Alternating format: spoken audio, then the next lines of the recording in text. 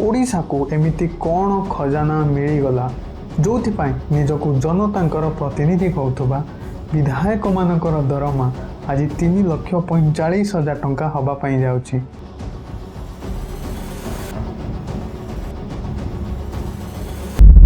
ओडिशा आज गरीब रेखार 28 राज्य भितर 8 नंबर स्थान रे थिबा बेले निजकू गरीबंकर मसीहा कहूथुबा ए राजनेता मानकर दरमा कौन पाई आज भारत रे 1 नंबर स्थान रे पहुंचिया पाई जाउछि।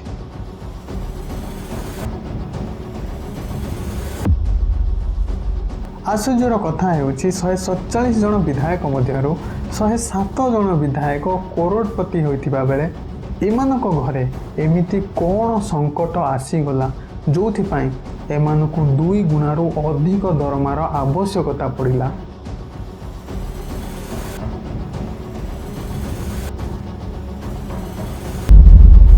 दुखर विषय होछि आम राज्य रे जेतेबेले गोटे झियो निज देहरे निया लगे दउछि विरोधी दल नेता माने ओडिशा बंद डाकरा देई करी जनसाधारण को हैरान करुछंती।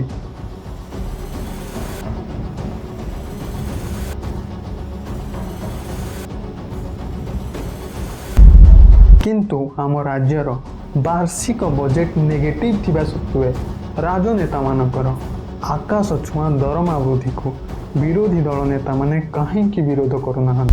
एमिति तो नुहे जेतेबेले राजनेता मानकर स्वार्थर कथा आसे उभय विरोधी एवं रूलिंग पार्टी एकाठी हो जाती। कौन पाई आम राज्य सरकारी कर्मचारी मानकर दरमा वृद्धि करिया बेले हाथ बंधा जाउछि किंतु राजनेता मानकर दरमा वृद्धि को आम सरकार 2 हाथ खोली करी समर्थन करुछंती। ए वीडियो को पूरा देखंतु आपण को मन रे उंकी मारुथुवा ए समस्त प्रश्नर ए वीडियो होउछि एकमात्र उत्तर। जय जगन्नाथ फ्रेंड, आम राज्य रे वर्तमान दरमा वृद्धिर महायुद्ध आरंभ हो जाइछि। गोटे पटे आम राज्यर अंगनाबाड़ी दीदी एवं स्कूल टीचर माने दरमा वृद्धि पाई आंदोलन करथुवा बेले अन्य पटे आम राज्यर राजनेता मानकर दरमा 1,11,000 टंकारु बढ़ी 3,45,000 टंका हवा पाई जाउछि। आश्चर्यर कथा हेउछि महाराष्ट्र जहार आनुआल बजेट ओडिशा ठारू 2 गुणा अधिका होइथिबा बेले सेठिकार विधायक मानकर दरमा ठारू आम विधायक मानकर दरमा 95,000 टंका अधिक हवा पाई जाउछि। ए सब जिंस सुनिले एवं देखिले आमे गोटे जिंस कहि पारिबा ओडिशा गरीब हेले राजनेता हेबे धनी। राजनेता मानकर दरमा वृद्धि ठीक कि भूल से विषय जानिबा पूर्व प्रथमे ए जिंस जानतु कौन सी राज्यर विधायक मानकर दरमा बढ़िबार प्रोसेस कौन। कौन सी राज्यर विधायक मानकर दरमा बढ़ाइया हेले प्रथमे से राज्यर लॉ डिपार्टमेंट बा फाइनेंस डिपार्टमेंट सैलरी वृद्धिर एक प्रपोजल प्रिपेयर करिथाए।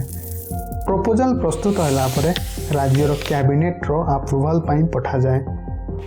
राज्य कैबिनेट रे राज्यपाल मुख्यमंत्री समेत काउंसिलिंग मिनिस्टर थांती। कैबिनेट रो अप्रूवल परे विधानसभा रे ए प्रपोजल को गोटे बिल भाव रे प्रस्तुत करा जाए।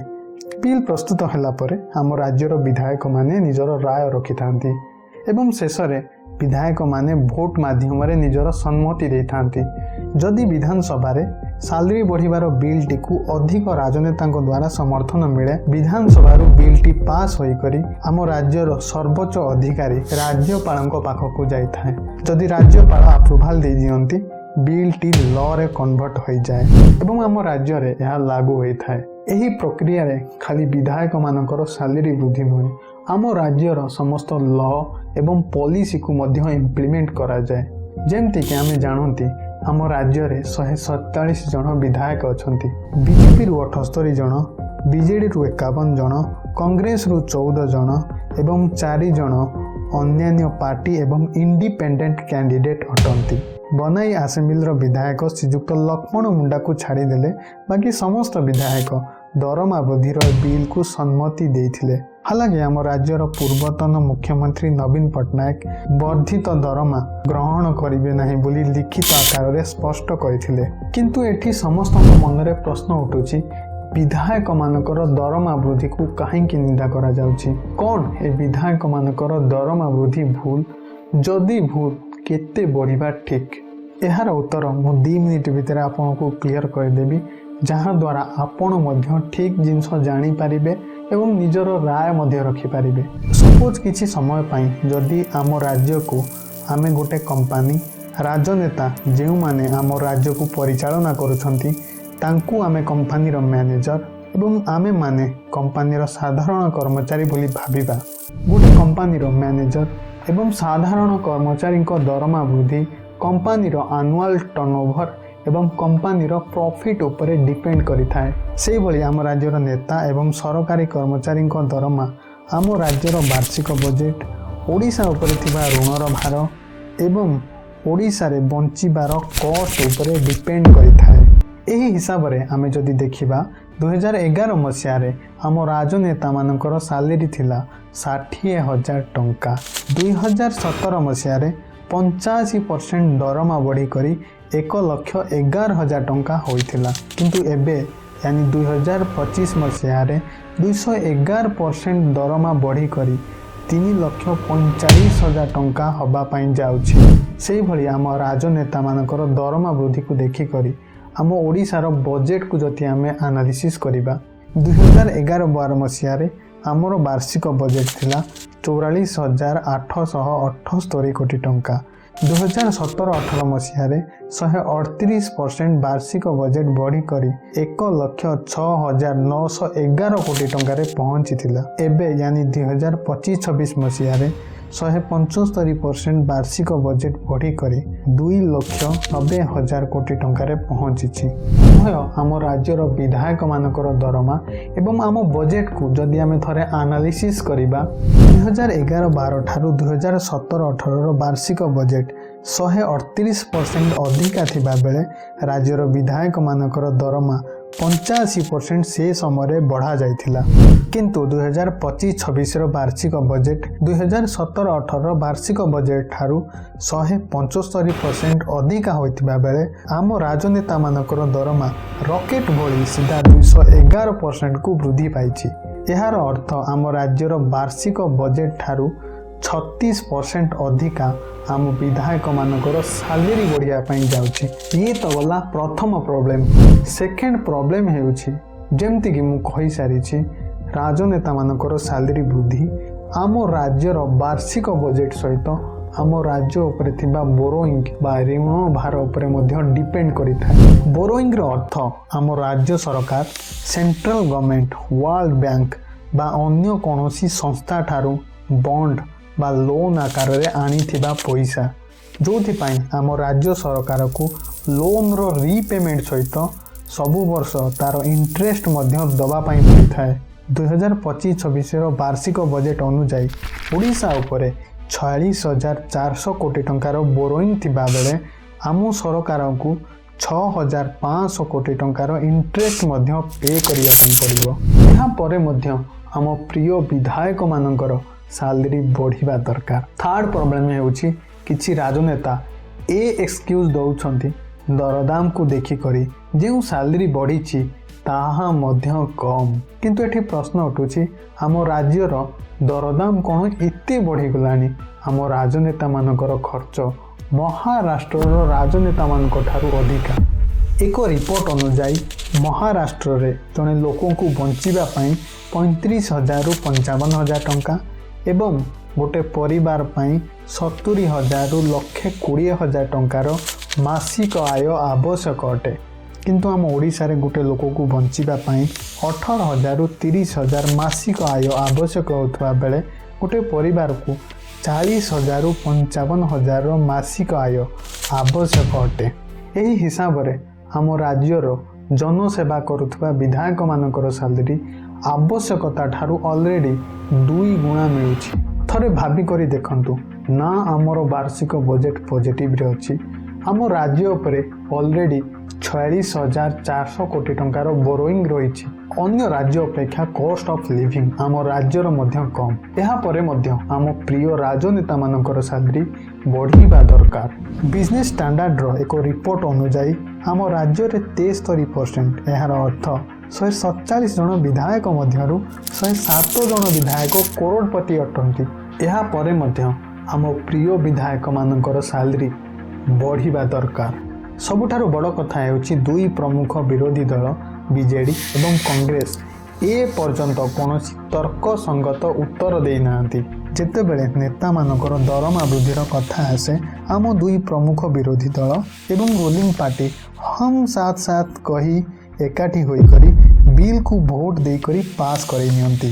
କିନ୍ତୁ ଯେତେବେଳେ ରୁଲିଂ ପାର୍ଟି ବିରୋଧରେ ଆନ୍ଦୋଳନ କରିବାର ସମୟ ଆସିବ ଆମ ରାଜ୍ୟର ଦୁଇ ପ୍ରମୁଖ ଅପୋଜିସନ ପାର୍ଟି ରାସ୍ତା ରୋକ କରି ଜନସାଧାରଣଙ୍କୁ ହଇରାଣ କରିବା ପାଇଁ ବାହାରି ଆସନ୍ତି।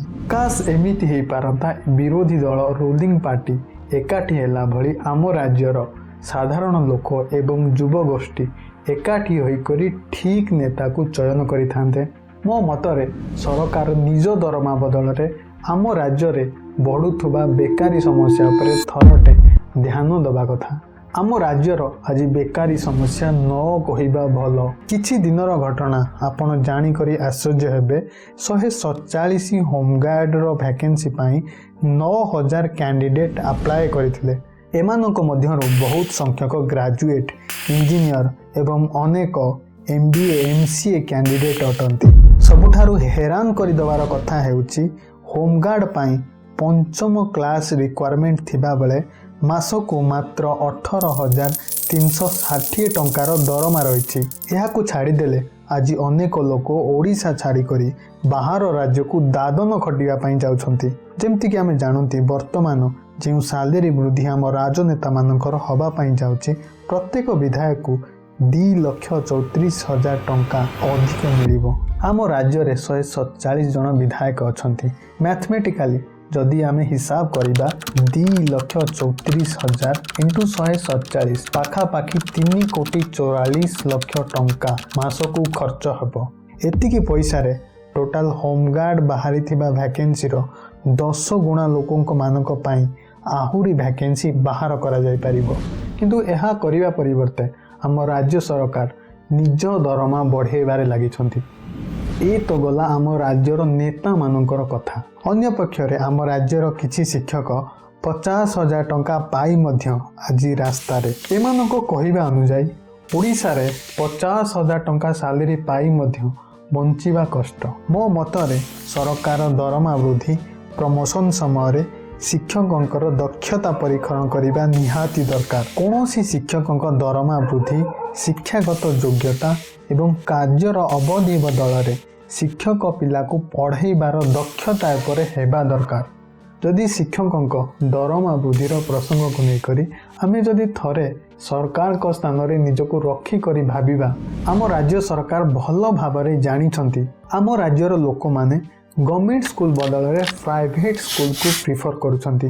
ମୋ ମତରେ ଯଦି ଆମ ରାଜନେତାମାନଙ୍କର ଦରମା 211% ବଢ଼ୁଛି ଆମ ରାଜ୍ୟର କାର୍ଯ୍ୟରତ ସରକାରୀ କର୍ମଚାରୀ ଠିକା କର୍ମଚାରୀମାନଙ୍କର ଦରମା ମଧ୍ୟ 211% ବଢ଼ିବା ଦରକାର। କାହିଁକି ନା ଉଭୟ ରାଜନେତା ଏବଂ ସରକାରୀ କର୍ମଚାରୀମାନଙ୍କର ମଧ୍ୟ ଓଡ଼ିଶାକୁ ଆଗେଇ ନେବାରେ ଯୋଗଦାନ ରହିଛି।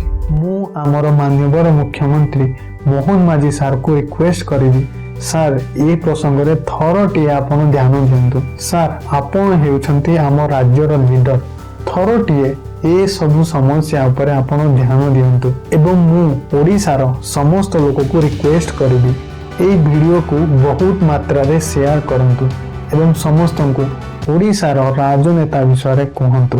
ଆପଣଙ୍କର ଗୋଟେ ସେୟାର ଓଡ଼ିଶାର ରାଜନେତାମାନଙ୍କର ସତ୍ୟତା ଦେଖାଇବାରେ ଆମ ଲୋକଙ୍କୁ ସାହାଯ୍ୟ କରିବ ଏବଂ ଏମିତି ଇନଫର୍ମେଟିଭ ଭିଡ଼ିଓ ଦେଖିବା ପାଇଁ ଡିଜିଟାଲ ଗୁରୁକୁ ଫଲୋ ମଧ୍ୟ କର।